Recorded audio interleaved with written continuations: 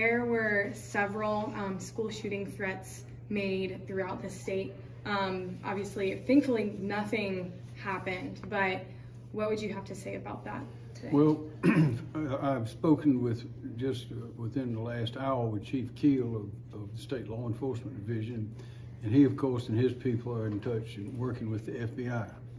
And these threats they're all roughly the same, and it's someone on social media saying that there's been a child shot or someone killed at this school or that school, and there are 3 or 4 others that are injured, things like that.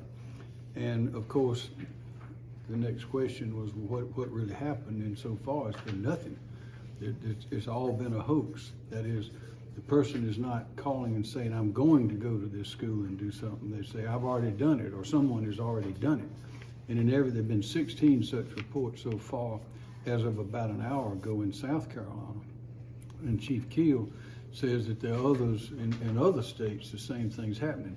So, of course, you know, the FBI and the State Law Enforcement Division and all law enforcement work very closely together. And they think that this voice or this transmission is coming from another country. There's a foreign voice involved, foreign sounding voice, and they believe that it is all a hoax, because so far there have been no such shootings or injuries reported anywhere that this person or persons is saying that they occurred.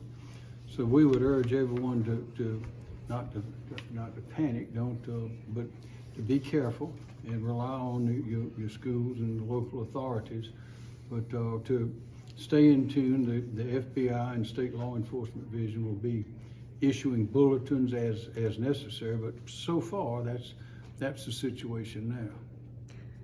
And there've been things like this in the past, and they seem that no one knows for sure at this point, but there's a lot of technology involved in this kind of thing, and they seem to all have a common pattern.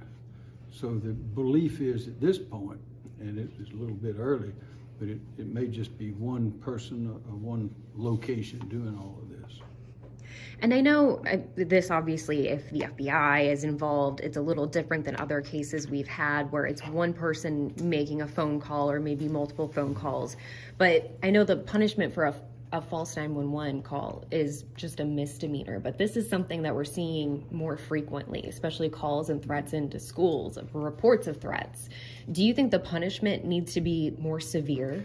I'm sure there are a number of laws that are involved in, or that would be broken by this kind of conduct. The hard part is finding out who's doing it, and if they're outside of the country, of course, that makes it more difficult.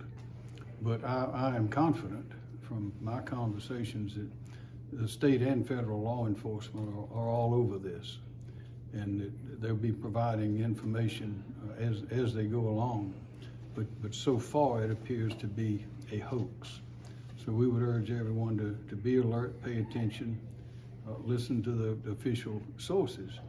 But I would say don't panic, but listen up and be careful, because again, so far it appears to be a dangerous hoax.